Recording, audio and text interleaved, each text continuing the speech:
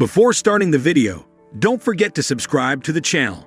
It can't be, Oleg said aloud, and, without taking his eyes off the phone screen, collapsed in his chair. Cat, with an indignant meow, jumped out from under the master. "Leave me alone, Romey. Here's the thing." He brought the phone closer to his eyes, then cursed and enlarged the picture. The cat turned away disappointed. Actually, he had never seriously offended his master, but it was necessary to express indignation. Oleg had picked him up as a tiny, freezing, deathly emaciated creature, walked in and left him at home. The pet considered himself lucky, and only one thing prevented the happiness to become infinite. The color of his fur exactly matched the color of the chair owner, and it was a shame. And Oleg already held the phone to his ear and listened to long beeps. He knew that his grandmother was probably still awake, but she might have forgotten the phone in the kitchen and not hear the call. "Hello," Granny cheerfully reported into the phone, and Oleg was struck for the umpteenth time by how young her voice was. "Grandma, it's me." "Oleg, what happened to you?" "Me, everything is fine." "Oleg, why?" "Then why did you put the teapot on sale? A silver cup and saucer and a pendant?" "Grandma, do you need money? Why didn't you call me?" There was such a deafening silence in the receiver that he thought he had lost the connection. "Grandma, Oleg." Grandma's voice was guilty, as if she had just been caught in a crime. "It's been 15 years since I've had a kettle." "Nothing. I didn't want to tell you, my good man. You see, Lidochka. What does she have to do with it?" Oleg was surprised. Why, grandmother, remember his ex-wife.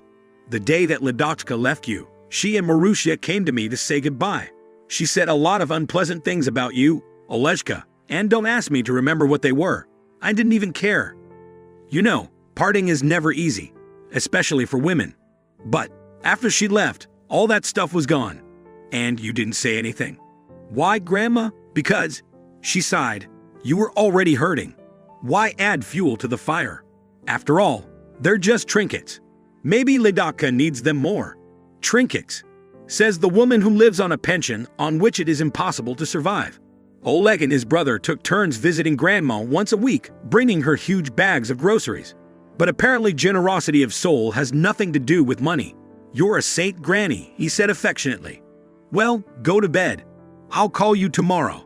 So, Lidochka. He hadn't heard the name in 15 years, and he even accustomed himself to the idea that there had never been a wife or daughter in his life, or at all.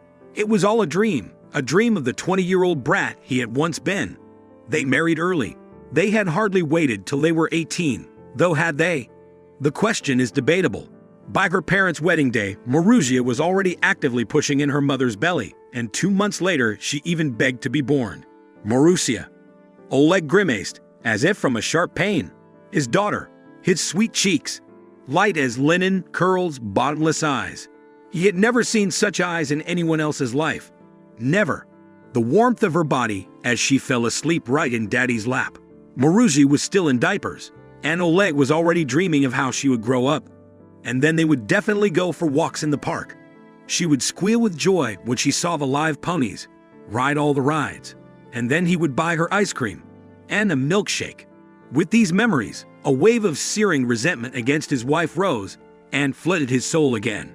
How dare she decide for everyone? She gathered in one day, took the child, and she was the only one to be seen. How much he then tried to track them down. And now, it turns out that Lidochka also stole from the grandmother all these things, which are so bad timing caught his eyes. Or just in time. Oleg again looked closely at the picture of the copper kettle.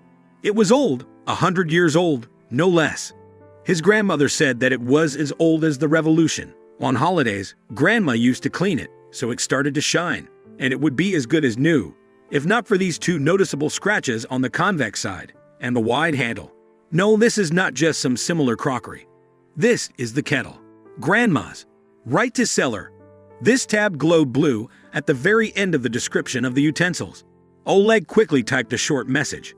"I am interested in the teapot, a silver tea set, and a pendant with rubies. Ready to pick up at any convenient time."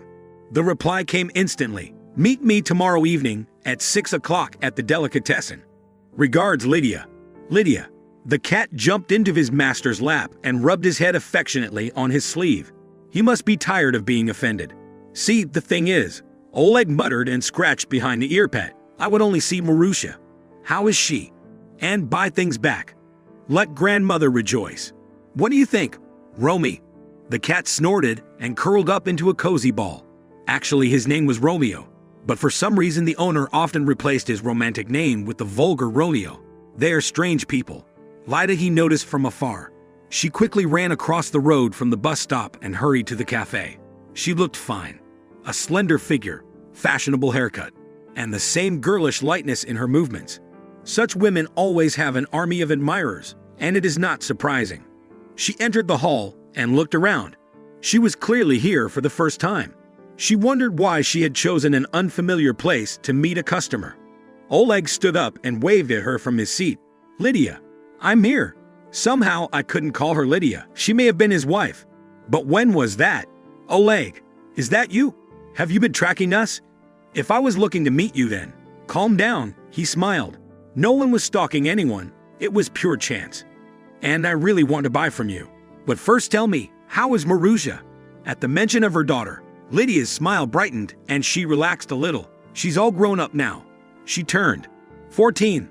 I know, she nodded. Yes, 14. Oleg, I want to. You already know that I took all these from your grandmother, so you think I stole them. Don't talk about it, he asked. I do. She slapped her hand lightly on the countertop. The waiter dozing at the counter woke up immediately and ran over to their table. Tea with lemon for me, please, and for the lady. Lita, what would you like? Just a glass of water. That's all I need. Oleg, listen to me. All these things once belonged to my family. He raised his eyebrows. Lydia hurriedly continued. Before the revolution, my great-grandfather was a rich man. He had a huge estate, not far from. Never mind. It was burned anyway. Great-grandfather, great-grandmother, and their 2 daughters lived in this half-burned house. It was a cold winter outside. They searched for anything that had survived the fire. Anything that could burn and give at least some heat. Books, furniture. When the Reds came, it was bad for everybody. They told me later that expensive furniture made of rosewood was used to kindle a fireplace, and the jewels were traded for food back then. Gold, diamonds for a piece of bread, a handful of flour. Can you imagine that? Neither can I. It's a scary fairy tale to me. But it was their reality. I don't know what they were counting on. They probably didn't know it themselves. They just went to bed every night, glad to be alive. In the morning, they didn't know if they'd make it through the evening. And then, when there was almost nothing left in the house, some gang of looters showed up. They called themselves Reds, but actually they were just robbers. These vultures had stolen the last things: a copper teapot, a pendant, the great-grandfather's wedding present to his wife, and a cup and saucer of solid silver. In fact, she paused. They had condemned the whole family to starvation. Then great-grandmother decided that they must leave the house at once and go to the city, even if on foot. It was still possible to survive there. They had to go through the forest. The road was too dangerous. And in the woods, people kept shooting. Only the great-grandmother and her daughters made it to town. Great-grandfather, just a stray bullet ricocheted against a tree trunk, and that was it. The man was gone. The only man in the family, and one of the girls got cold and caught a cold, so that only by miracle was she saved. Kind people helped. They sheltered her, let her stay in their house, even found some medicine. But it was all just an accident. They might not have met them, or not helped. I've been told that since I was a kid, you know. And then I saw it all at your grandmother's, and I decided we couldn't live together anymore. What? In surprise, Oleg almost let the cup out of his hands. Tea spilled over the table. The waiter at the bar dozed again, and Oleg blotted the puddle with a napkin. I love you, Oleg. Lydia said simply. I love you very much, and I was going to live my whole life with you. But everything changed in one single day. I noticed that, he muttered. She gestured for him not to interrupt. Then you were stuck at work, and Grandma had to take her medicine. Remember? You called, asked me to go see her. I took Marusha with me, and I took the cab. Your grandmother offered me tea, and that's when she showed me everything. And the teapot and everything else. And I, Oleg, was watching and thinking that it was your great-grandfather who robbed my family. Robbed and left them to die of hunger and cold in winter. And I realized that I couldn't live with you anymore. The next day, I waited for you to leave, and I quickly packed. You don't have to tell me anymore. he sighed. So it was our ancestors had a quarrel, and we have to clean it up. Lydia looked up at him huge, full of tears eyes. I'm sorry that it happened, Oleg. Really, I'm so sorry. After all, I decided to sell it all, so as not to remember anymore. It's hard. What kind of memory is that? Of robbery and survival. And how my family fell apart. She drummed her fingernails relentlessly on the table. Oleg gently covered the woman's palm with his. I never thought I would say this, he said, but I understand, and I sympathize. You have experienced a nightmare. Yes. Lydia was no longer hiding, she was crying. Tears streamed down her cheeks and dripped into the water in her glass. Here, take it. He held out a napkin to her. I want to ask you, Lida. Let's go together to my grandmother, and you tell everything yourself. She is old now. I don't want her. When the time comes, I don't want her to leave us thinking she's been robbed. Will you help me? Yes. She wiped away her tears, and then she said again, yes, of course we will. Right away. Lidatka. Grandmother aghast, confused, but quickly pulled herself together. How glad I am that you came. You look so handsome. Tell me, how is our Marusenka? Grandma. Oleg firmly squeezed his wife's hand. Leda wanted to tell you something. Let's sit down. She listened without interrupting. At first Oleg was even surprised that his always hospitable grandmother did not even offer tea to Lida. But then he realized, it is impossible to pour tea to a person who tells you such things.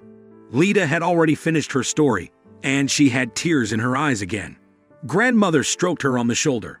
I did not think, Lidaka, to tell you the whole story, she sighed. It never occurred to me. No. The fact is, my dear, my father did not rob your family, though he knew the thief. How so? Very briefly, answered Grandma. But I guess it's better to start the whole story from the beginning. Since that winter, it was a terrible time, Lidaka, much scarier than you can imagine. The cold seemed to be everywhere, but we were afraid to go into the woods and chop wood. There was shooting all the time, and you could get into trouble on the way. There were gangs of bandits running around back then. It was better not to get caught by them. We ate frozen potatoes, and that was about it. Then we ran out too, and for 2 days we sat hungry and cold, but afraid to stick our noses out the door. I could hear my mother all the time, quietly telling my father to stay inside, not to come out. She said that if he was killed, it would be the inevitable end for all of us. What could a woman do with her children in those days? How could she protect herself? Where to get food for everyone? Dad listened to her. But a day passed, and then another, and it became clear that if we continued to be afraid, we would only have to wait for death. Then Father said he would go into the woods and try to shoot at least a bird or a beast. Mother cried with fear, and we children cried too, and Father took the gun and without looking back, went out the door. He couldn't bear to sit idly by and see us hungry. I remember how we looked after him from the window and said goodbye to my father forever. He came back late and told us everything that had happened to him. Dad noticed bloody footprints in the snow, so he followed them. He thought maybe whoever had left them was still alive and could be helped. The trail led him to the wounded man, and he could not be helped. He was finishing the last minutes of his life. This wounded man turned out to be a marauder who had fallen behind. They had been to a half-burned-down manor house, not far from there. But there was nothing to eat there, and even the owner shot at them with a rifle. Great-grandfather. Lydia whispered. It was him. After all, Grandmother nodded. It was probably your great-grandfather, dear. The marauder died almost immediately, and Dad turned over his bag and found a teapot, a pendant, and a silver teapot. Dad was an honest man. He went to that homestead to return the owner's goods, but he found no one in the house. The owners were gone, and there was no one to return it to. His father turned back, and on the way he smiled at a hunting fortune. He killed a moose. It was a happiness unheard of in those days. Meat meant food for all of us, and therefore life itself. The elk, as my father told us, came out to the hunter himself. He was very weak, could hardly stand on his feet. The animal was already carrying several bullets, evidently accidental. I don't think he was shot on purpose, but as I told you, there was always gunfire in the woods back then. My father didn't have to shoot. He managed with one hunting knife, and we were saved from starvation, and the things we couldn't get back stayed in the family. That's the whole story, Lidaka, and I wish I had told it sooner. Maybe then you wouldn't have left Oleg. Lydia shook her head. I'm the one who's sorry I didn't think to ask where you got all this. It was like blood rushing through my head, and I couldn't think straight. No one, Granny smiled, blames you. You were just a young girl, and haste is characteristic of youth. Don't beat yourself up, honey. Grandma's right. Oleg sat closer to his wife and hugged her shoulders tightly. When you are young, it is not unreasonable to make a mess. Lid. The main thing is that at least now it is solved, and Marussia looks like you. Lydia remarked.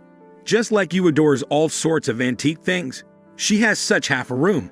True, she buys mostly just styling, for the real thing has not yet earned, and she wants to go into programming. Doesn't it remind you of anyone? Oleg laughed. Well, what can you do? No oranges come from an aspen tree. Can I see her sometime, Lyda? I kept thinking what she has become. You will, my wife promised. Just let her get away from her pet first.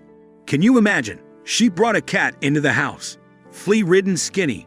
A nightmare. I already thought he wouldn't survive. But Marussia helped him out. She washed and fattened him up, and now she won't let him out of her arms. And I have a cat. About the same story, but yours probably isn't called Romeo. Who told you? Oleg confused and immediately laughed. Marussia. His Marussia. You know, he said.